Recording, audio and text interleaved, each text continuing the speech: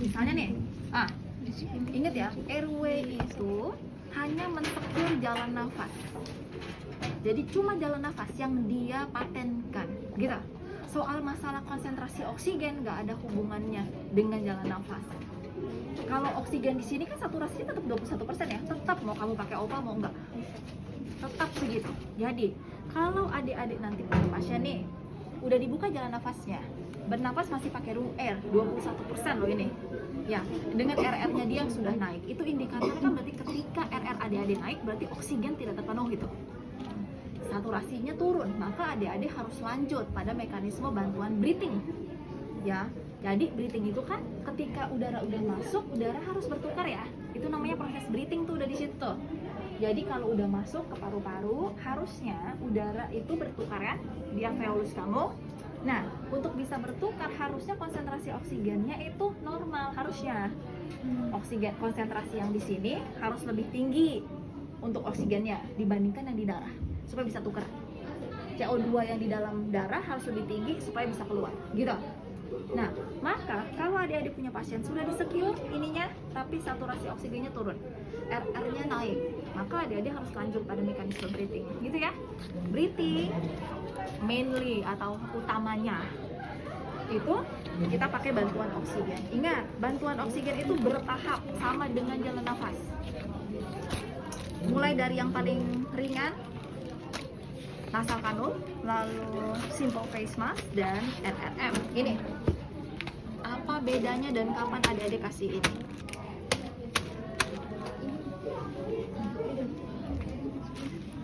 Nih, nasal kanul, kamu kasih pada pasiennya seperti apa?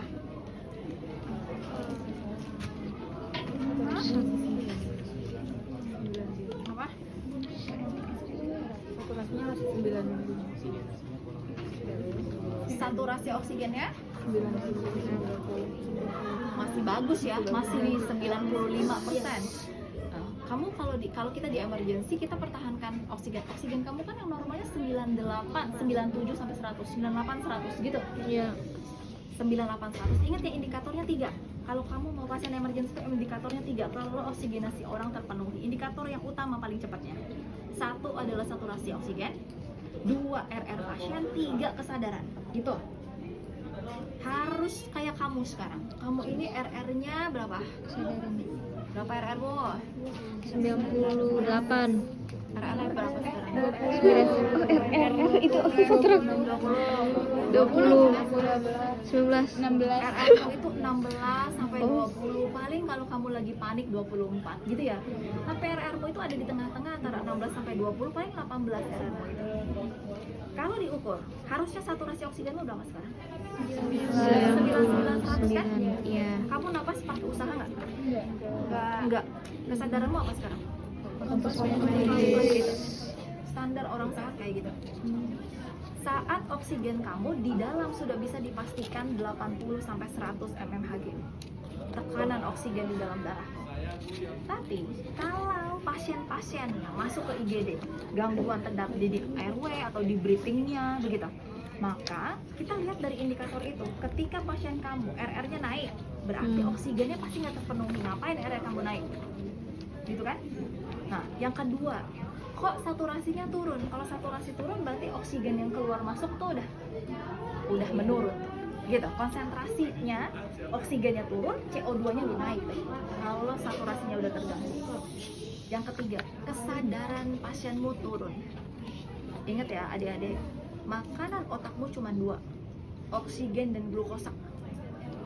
Jadi kalau kamu nggak sadar ada kekurangan oksigen atau glukosa. Ya, makanya kenapa di disability selain kamu periksa yang lain, keperiksa juga gula darah gitu kan? Karena otakmu cuma dikasih makan 2 itu. Makanan utama pasien otak kamu adalah glukosa dan oksigen. Jadi pada waktu pasien kamu kekurangan oksigen, indikatornya lihat dari 3 itu. Ya. Nah, utamanya kalau kita memperbaiki 3 itu, utamanya nih, yang pertama jalan nafas dulu. Jalan nafasnya harus paten karena udara dari luar ke dalam itu melewati jalan. Itu ya, nggak bisa langsung, nggak menyerap lewat pori-pori, nggak, harus lewat jalan. Makanya jalannya harus paten, gitu. Ingat aja, jalannya harus paten. Yang dibuat paten dari mana? Harusnya keseluruhnya kan? Itu ya. Jadi yang kita bisa pastikan yaitu kalau pasiennya masih bisa pakai OPA, maka paten berarti itu sampai laringnya. Kalau pasiennya harus lebih advance lagi, kalau breathingnya udah berat segala macam, kita pastikan paten sampai ke trakeanya dengan si ETP itu. Nah, lalu itu kan hanya memastikan bahwa jalan napasnya paten. Untuk memperbaiki saturasi, gitu ya, memperbaiki atau memenuhi oksigenasi pasien, kamu harus tambah oksigen untuk pasien, gitu kan? Berarti harus disupport dari luar ya. Yang tadinya pakai udara yang cuma 21%, harus kamu naikin deh. Ini kamu napas pakai 21% doang nih. Ini konsentrasi oksigen 21%. Saat kamu pakai oksigen, konsentrasi itu bisa naik tergantung alatnya. Ingat ya, kalau kamu pakai ini cuma nambah 24% doang. Jadi kalau kamu pakai nasal cannula, ini cuma 24% yang masuk pada pasien. Dan cuma boleh dikasih maksimal 4 liter sampai 5 liter doang. 4 sampai 5. Jadi kalau pasien kamu GCS-nya udah 8, saturasi oksigennya sudah 90, bisa nggak naikin pakai ini? Nggak bisa, karena kamu cuma bisa memberikan 24% dengan maksimal 5 liter doang, nggak bisa. Gitu ya? Oke, naikin lagi pakai yang ini nih. Ini kamu cuma bisa sampai 60% doang masukin, dan cuma bisa dikasih 8 liter saja. Jadi kalau kamu punya pasien yang GCS-nya turun kayak tadi 8 liter doang, GCS-nya 8, saturasinya sudah 90, kamu nggak bakalan bisa naikin pakai ini. Gitu. Karena adik-adik kalau tidak tepat pemberiannya, adik-adik kayak balap-balapan, mau memenuhi tapi yang ini turun terus, gitu. Jadi kayak neraca, kalau kamu nggak memberikannya tepat, maka yang ini udah keburu turun duluan, gitu. Nah, padahal kalau dikasih mungkin aja naik ya, tapi yang ini udah keburu turun duluan. Jadi fungsi tubuhnya udah berubah, gitu. Maka kenapa adik-adik harus paham kenapa kita harus memilih hal yang tepat, gitu ya. Ini cuma bisa memberikan sampai konsentrasi 60%, maksimal adik-adik cuma kasih boleh sampai 8 liter aja, nggak bisa lagi. Nanti yang ada pasiennya malah oksigennya tinggi, CO2-nya terperangkap, jadi dia ngisep lagi nanti, nggak boleh. Ini NRM, ini cuma sampai 80%, adik-adik bisa kasih sampai maksimal 15 liter. Jadi kalau pasien adik-adik pakai OPA gitu ya, saturasinya 90, 94 gitu misalnya, 90, 93 adik-adik, dan pasiennya penurunan kesadaran di bawah 12, pakai NRM langsung plak. Jadi ini, sorry ya Pak, maaf ya, ada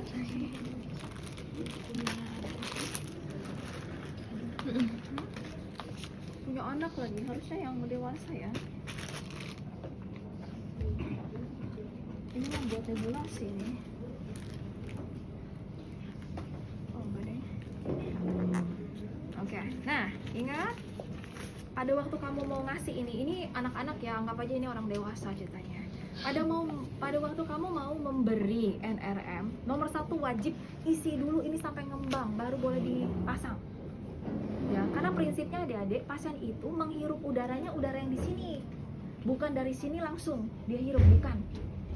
Jadi udara ini masuk dulu ke sini nih. Nah, lalu pasiennya akan bernapas lewat valve ini. Dia menghirup udara dari katup ini nih, dari valve ini. Baru dia nanti exhale apa tuh? Ekspirasi. Itu mendorong ke sini. Jadi nggak terhirup kembali. Ya, jadi mekanismenya masuk oksigen dari sini ke sini dihirup pasiennya, masuk ke jalan nafasnya, lalu dia exhale keluar lewat sini, gitu. Ya, yes, namanya NRM, non rebreathing mask. Jadi adik-adik pasang. Harusnya ini kalau orang dewasa nutup sampai sini ya, tutup sampai sini. Oke. Nah, pada waktu adik-adik sudah memberikan ini, airway-nya paten, support dari oksigen pasien masuk, sehingga harapannya gitu oksigenasi dari pasien terpenuhi, gitu ya. Kecuali kalau gangguannya ada di, misalnya gangguannya ada di alveolusnya, maka di alveolusnya yang harus dibenerin. Contoh alveolus apa? Misalnya pneumonia pada waktu COVID kemarin tuh. COVID itu gangguannya ada di alveolusnya. Alveolusnya itu inflamasi sehingga terlalu banyak kabut, terlalu banyak slam atau ya, mekanisme pertama adalah penumpukan dari sputumnya ya. Jadi kalau sputumnya ada di alveolus, harusnya kan alveolus itu kan kayak anggur.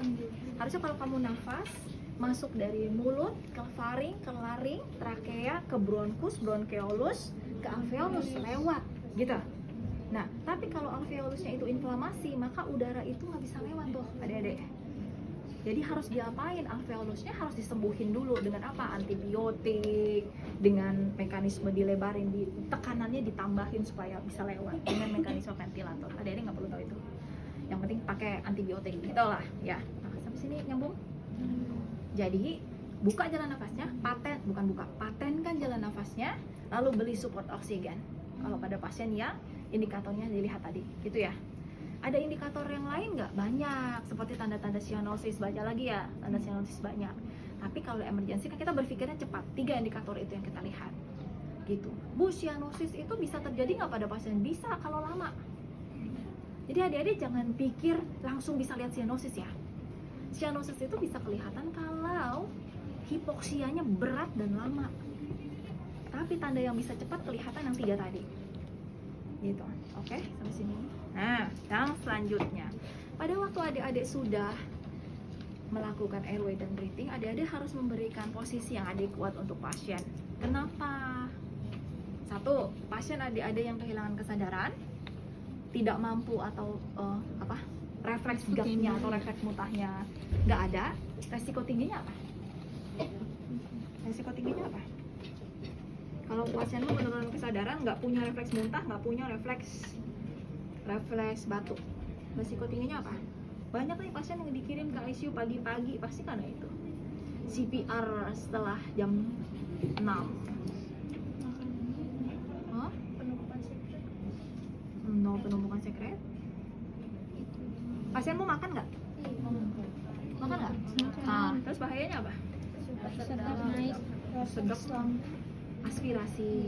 Aspirasi. Nah, gini.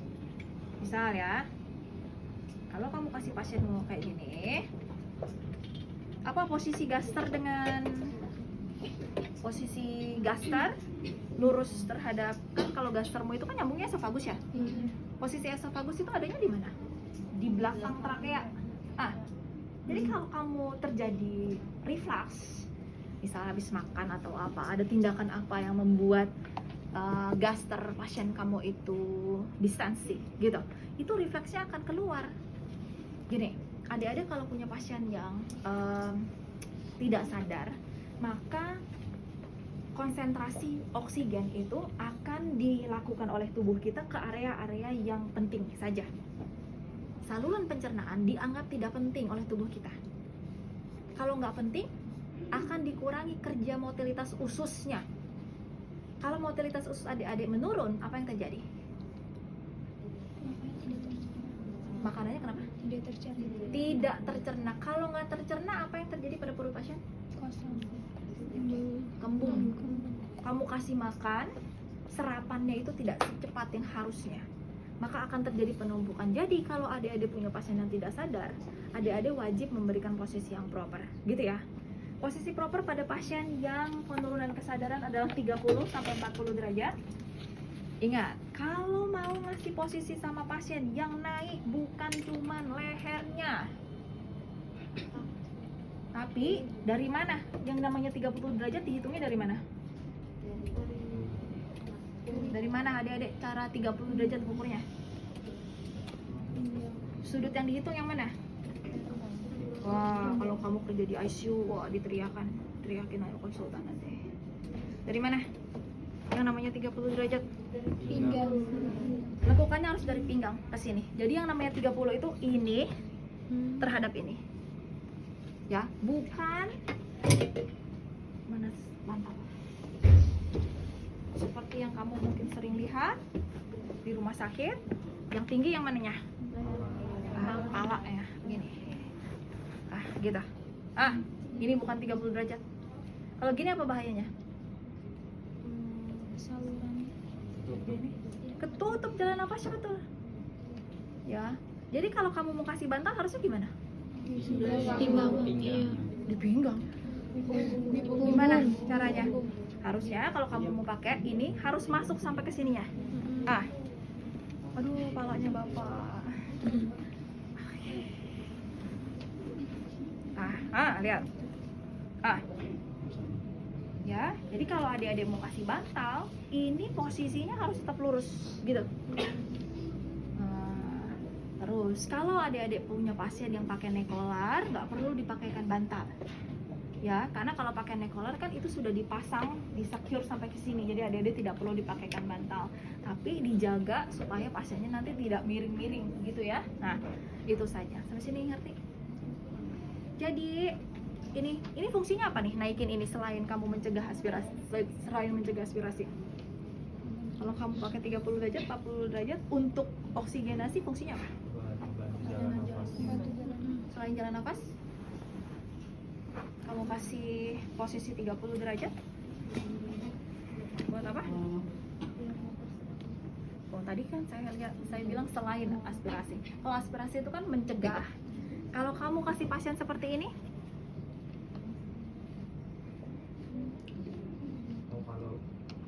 apa? Kenapa kamu harus, kalau kamu naikin gitu? Ini udara nih, tekanan. Meningkatkan apa? Ekspansi. Jadi melebar. Jadi kalau kamu misalnya saya jelasinnya.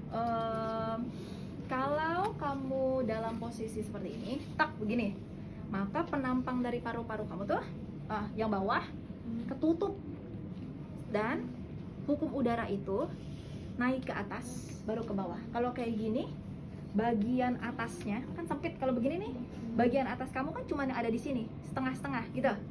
Tapi kalau kamu begini, penampang bagian atasnya akan semakin melebar, itu. Ingat ya, hukum udara itu, udara tuh naiknya ke atas udara. Jadi kalau kamu, makanya kenapa orang COPD semakin dia, COPD itu apa? PPOK. Semakin dia sesak, semakin tinggi dia duduk begini. Malah sampai begini nih, tripod begitu. Supaya apa? Udara dia itu penampang bagian yang luasnya itu, bagian atasnya semakin tinggi. Itu ya, ada